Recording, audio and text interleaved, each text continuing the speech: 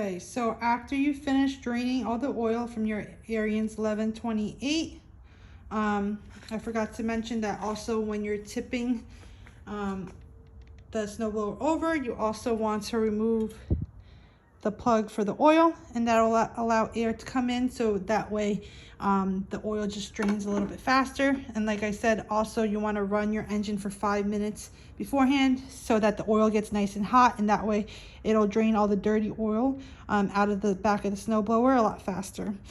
So when you're going to go refill, what you want to use is a 5W30 fully synthetic oil.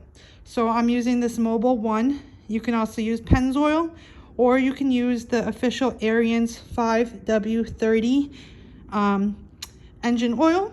Okay, this is the cheaper route, just to get a bottle of 1 quart. So if you could see, it says 1 US quart. Okay, so how much do you want to put in your snowblower? I would fill it up and be conservative at first. You want to put a funnel in, and you want to pour in 3/4 of this bottle.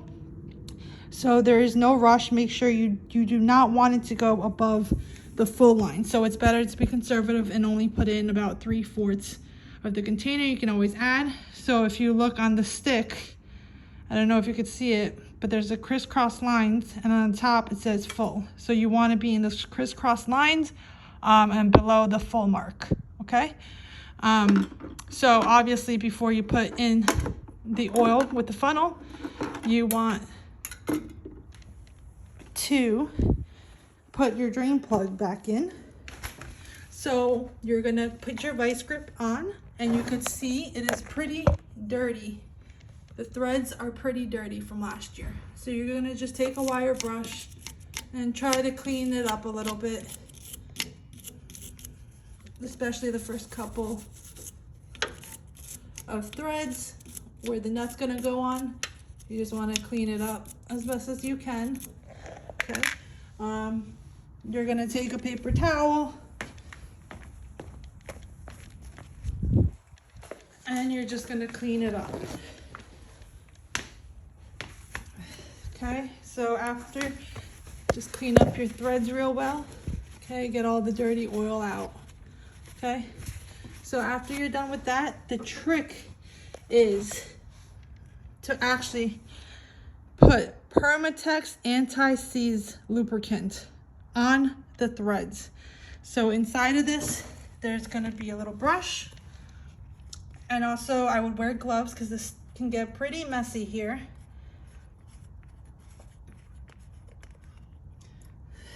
So there's gonna be a little paintbrush in here.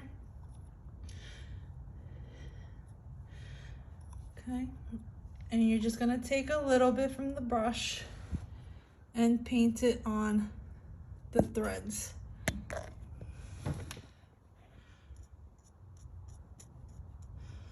So all the way around.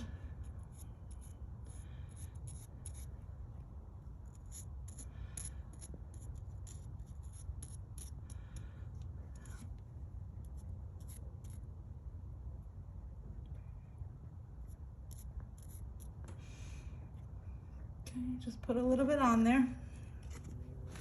Okay, you can clean up any that came on the front of it. Okay, and then you just want to take the bolts and you want to hand thread it back on, so that way you don't put it on the wrong way. You want to hand thread it on. And after you do that, you can take your ratchet with your socket and just tighten it up a little bit. So you do not want to do this too tight, because then you'll have a hard time next year taking it off. So some people like to use this Anti-Seize Permatex lubricant, and other people actually put, I've heard, put Teflon tape on there. But I like to use this Permatex Anti-Seize lubricant. Basically any nuts or any nuts basically that you don't want to get seized, you put a layer of that on, and that helps it for next year so that you can take this off easily. So you don't want to over tighten this, just, you know, use your own best judgment and tighten it up. And then you're gonna fill up the oil and you're gonna turn on your engine, okay? And just make sure no oil drips from the back. And then you've known you've tightened it enough. Obviously, if it starts dripping oil, you want to tighten the bolts a little bit more. Okay, so I hope this helps. I know you guys can do this. Have confidence. And like I said, if your bolt is seized, just use some PB Blaster, okay? And spray the bolts. Tap it with a hammer. Just tap it and loosen up the rust. And then wait a day, wait 2 days, and keep trying to tap this out. So make sure you turn the bolt to the left, and you should just kind of hit your breaker bar slowly and kind of tap it loose until eventually it comes off.